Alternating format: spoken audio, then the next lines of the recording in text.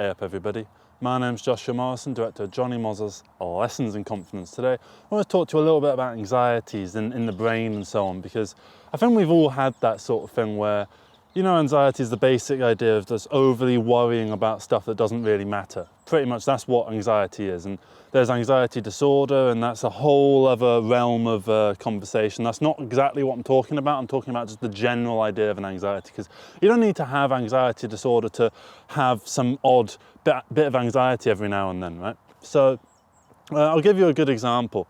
Often I'll be worried about what someone might think of me, for instance, right? And I'll sort of think, oh God, they probably think I'm really boring, or they think that, you know, let's stick with that. They think I'm really boring, for instance, right?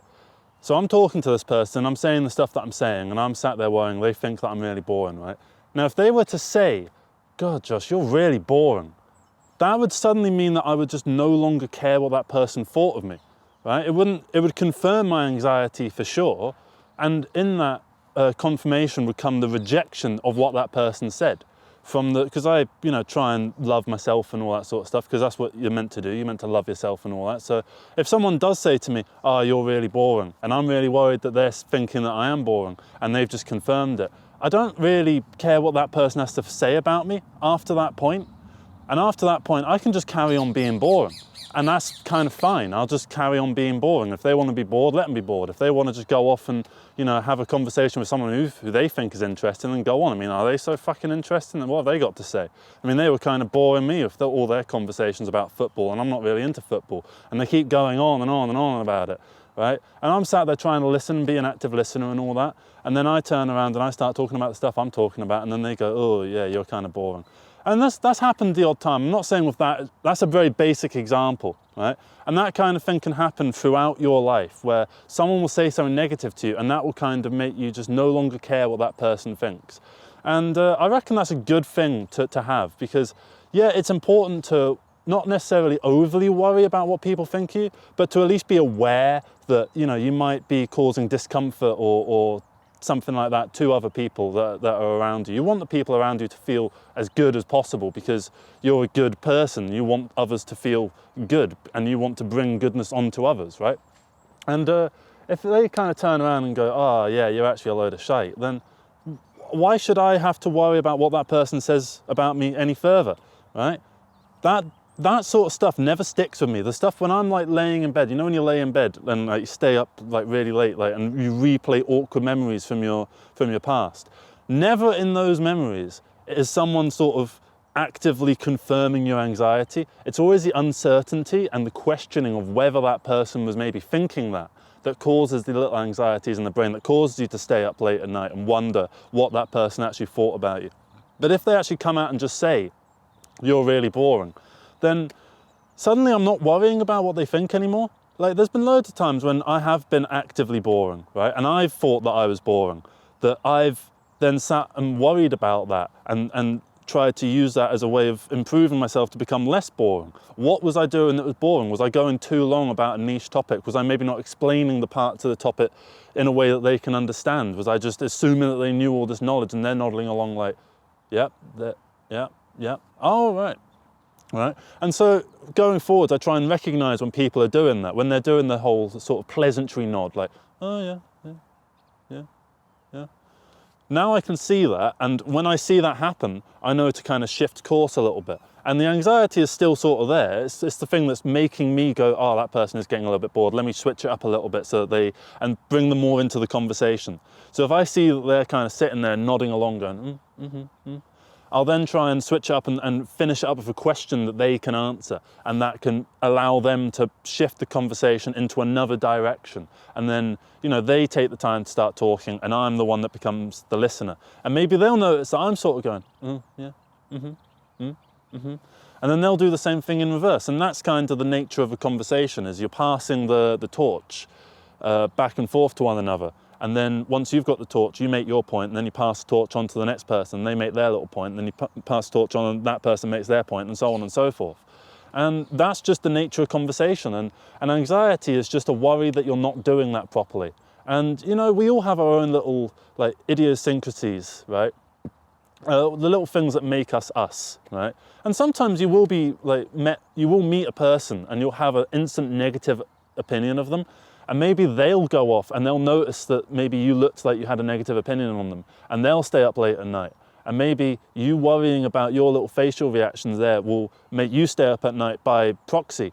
But that's just you worrying about what you think that person might be worrying about, whereas that person might not have been thinking about that in the slightest. It's generally like the most simple, it's like, say if you text someone, right, and they see your message, it's seen, right, but they don't respond to it. It's like, and it goes on for a few hours, and you might sort of think, oh God, what did I say wrong? Did I fuck something up there? And then maybe a day goes past, and you're like, fucking hell, I really fucked that. Oh no.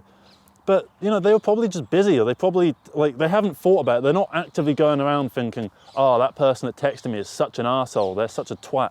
And if they were thinking that, right, then they're not someone that you want to be around. And if they told that to you, then all they've done is they've let you go, and they've set you free. And that's a good thing. It's good to recognize who you are, what works well for you, what kind of people work for you, and what kind of people don't work for you. Because some people you're just naturally incompatible with, and some people you're just naturally compatible with. Like all of my friends all fall within the same sort of thing. Like they've all got so many differences around them, but they're all semi-similar in a way that they can connect with me and I can connect with them. And I would never like become friends with someone who, like, or more than acquaintances with someone where I can't have that, where I feel like I'm on edge the entire time. They're all people that make me feel like I can be myself. And that's what you want in friends. And you want to be able to just be yourself and not worry about what others think of you. And if you are sat there worrying about what they think of you, then try and like reduce your time around that person, because they're not helping you to develop and become the full person that you want to be. And yeah, that's pretty much it. That's the core message of the video, is just don't worry so much about the little anxieties in your brain, because if they were to be actualized, then the action that you should take amongst that is to push that person away from you because they're not helping you. Or if you were completely in the wrong, then it allows you to see a reflection of yourself in the mirror and go, right, I do have some things I need to work on here. Maybe I am a bit boring. How can I work on becoming less boring? Maybe I go on too long. Maybe I ramble too much about certain things and I go on little tangents that don't quite matter to the story I'm actually telling. You know, that kind of thing. And that can allow you to sort of improve yourself. So no matter what happens from these anxieties that cause you so much discomfort, can come either self-improvement, or you can get rid of someone that has been kind of causing you to feel a bit shit anyway. So either way, you will feel better as a result of seeing the consequences of your anxieties. So your anxieties are there for a reason. And again, I am not referring to anxiety disorder with this, because that's a whole other conversation. I don't think I have anxiety disorder, so I wouldn't want to comment on that in particular. I'm just saying anxiety as a general word to indicate, like, you know, when you overthink something that you thought was embarrassing that you did in the past, you're like, oh God, I was such a twat at that point. Fucking hell, how could I have been such a twat? You know, the stuff that keeps you up late at night wondering whether you did the right thing or the wrong thing. And you know, whether you did the right or the wrong thing, all that matters is that you can learn from this experience, whether it's either you did the right thing and you can do more of that in the future, or you did the wrong thing and you can do less of that in the future. So that's just it. Just figure out what you need to do more of and what you need to do less of. So please leave your comments below about what you think of this topic. What's a moment that you thought was really embarrassing to yourself, where you thought that you really fucked off someone, right, and just made them really annoyed at you? And like it sort of stayed with you and kept you up late at night. How did you deal with that? What did you do to kind of make yourself feel better? And did that work? Did whatever action that you took to avoid that kind of thing happening in the future, did that play out, or did you end up repeating the same mistake? And if you did it happen in a different way? Did the mistake get repeated in a different way? Because even though you repeat the same mistake, it's obviously not literally the same mistake. It's just the same kind of situation. And you know, it's the same way, like you play a video game, right, and you're trying to beat the boss of the level, right? You might have to fight it a few times to figure out its patterns, to figure out like the maneuvers that the boss sort of takes, and then you can figure out those patterns and then, you know, do a little barrel roll and then swoosh like that. I'm thinking Dark Souls in particular, but any video game really, it's just a metaphor, isn't it?